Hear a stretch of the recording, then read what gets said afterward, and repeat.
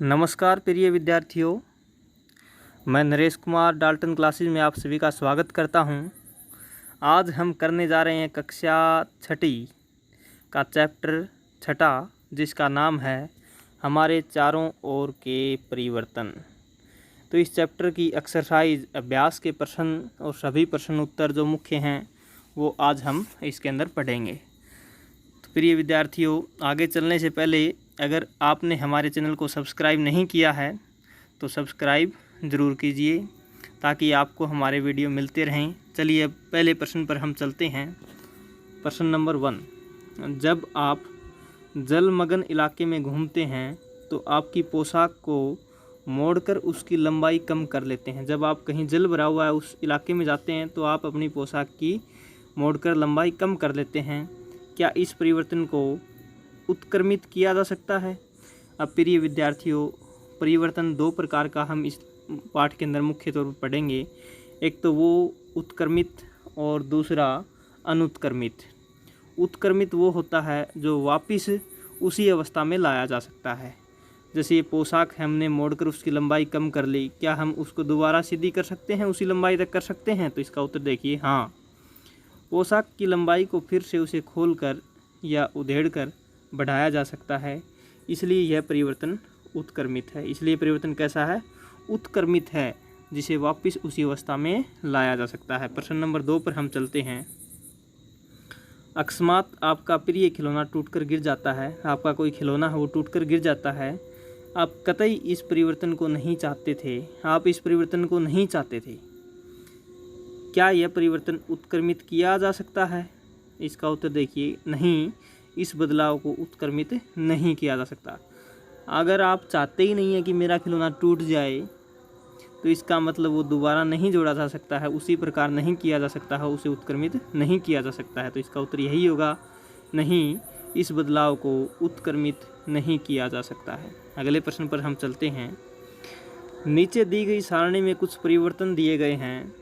प्रत्येक परिवर्तन के सामने रिक्त स्थान में लिखिए कि वह परिवर्तन उत्क्रमित किया जा सकता है अथवा नहीं।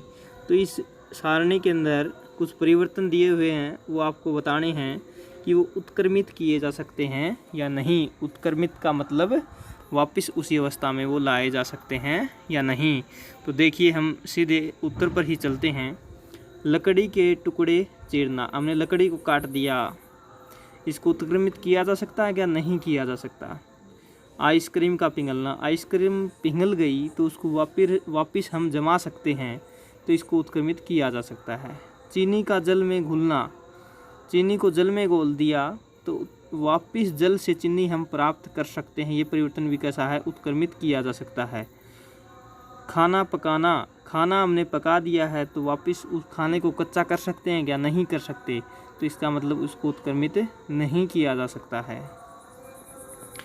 आम का पकना, आम पक गया तो कच्चा नहीं होगा दोबारा, तो इसको भी उत्क्रमित नहीं किया जा सकता, पहले जैसा नहीं किया जा सकता है।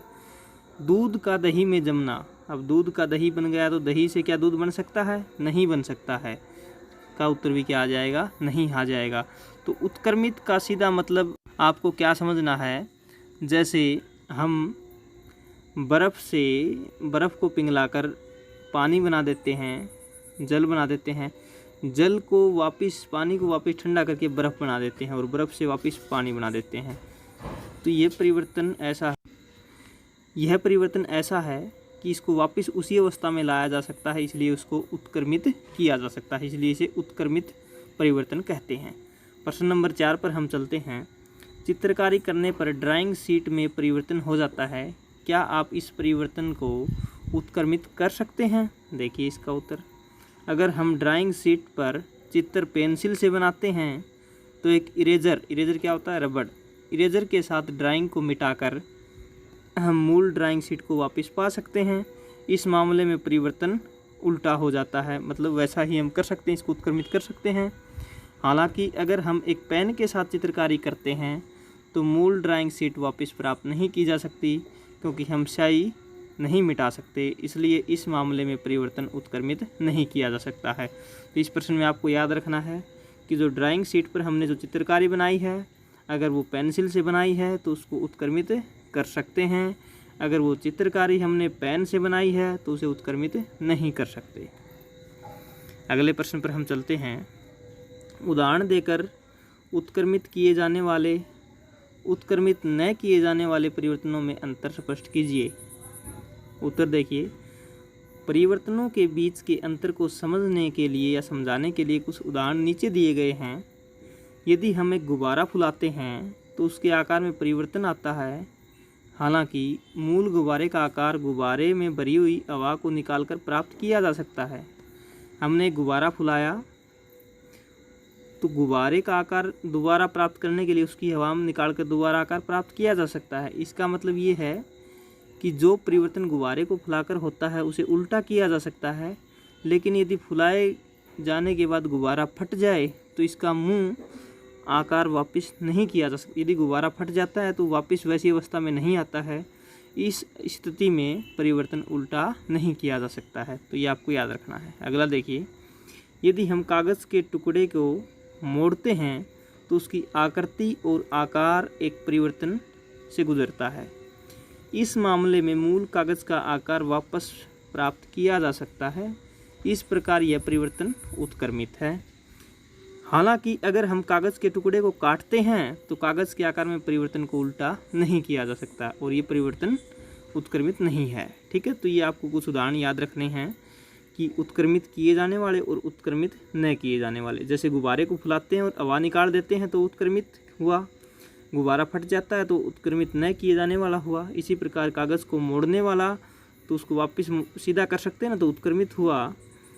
इसी प्रकार यदि कागज़ को हम काट देंगे तो उसको वापस उसी अवस्था में नहीं ला सकते, इसलिए वो परिवर्तन उत्क्रमित नहीं किया जा सकता है। ये कुछ याद रखना है आपको। प्रश्न नंबर 6 पर हम चलते हैं।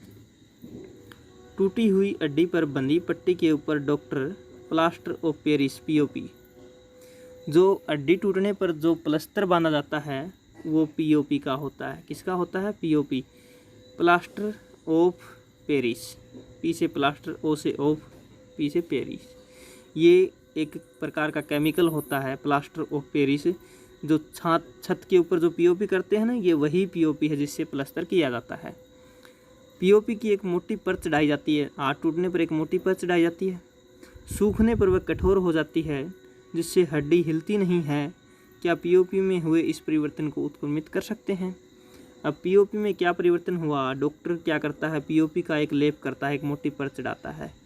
वो सूख कर क्या हो जाएगी? कठोर हो जाएगी, जिससे हड्डी हिलेगी नहीं। प्लास्टर जो हो जाएगा ना, वो काफ़ी ज़्यादा कठोर हो जाता है। तो क्या उसको हम वापस नरम कर सकते हैं? क्या उस प्लास्टर को नरम कर सकते हैं?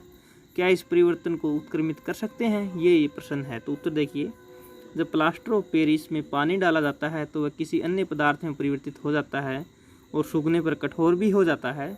अगर एक बार POP कठोर हो गया तो इसका आकार नहीं बदला नहीं जा सकता, इसलिए प्लास्टर ऑफ पेरिस में बदलाव उल्टा नहीं किया जा सकता, इसको उत्क्रमित नहीं कर सकते हैं। ये आपको याद रखना है। POP का जो प्लास्टर है वो कठोर हो जाता है ना, फिर उसे काटना ही पड़ता है, वो नरम वापस नहीं होता है, उत्क्रमित नहीं होता है। चलिए 7 के प्रश्न पर चलते हैं। रात्रि में एक सीमेंट की बोरी जो खुले मैदान में रखी हुई थी वर्षा के कारण भीग जाती है। अगले दिन तेज़ धूप निकलती है। सीमेंट में जो परिवर्तन हो गया है उसे उत्क्रमित कर सकते हैं। अब सीमेंट जो है वो भीगने पर क्या हो जाएगी? गीली हो जाएगी और धूप निकलने पर सूख जाएगी, कठोर हो जाएगी। तो क्या उसको हम वापस उसी रूप में ला सकते हैं? क्या उत्क्रमित कर सकते हैं? क्या इसका उत्तर देखिए, पानी डालने के बाद सीमेंट कठोर व सख्त हो जाती है। ऐसा इसलिए होता है क्योंकि सीमेंट में रासायनिक क्रिया होती है, उसे उत्क्रमित नहीं किया जा सकता, उसे वापस उसी अवस्था में नहीं ला सकते हैं, इसलिए उसे उत्क्रमित नहीं किया जा सकता है। तो प्रिय विद्यार्थियों, इस पाठ के सभी प्रश्न उत्तर आपको अच्छी प्रकार से समझ में आ गए होंगे। तो आप हमारे चैनल को ज़रूर सब्सक्राइब कीजिए और जुड़े रहिए हमारे साथ, और अपना टाइम ज़ाया मत कीजिए। इन प्रश्नों को अच्छी प्रकार से समझिए और समझ कर आप याद कीजिए। कोई प्रश्न समझ में नहीं आता है तो कमेंट करके हमें ज़रूर बताइए। Okay, thank you dear students.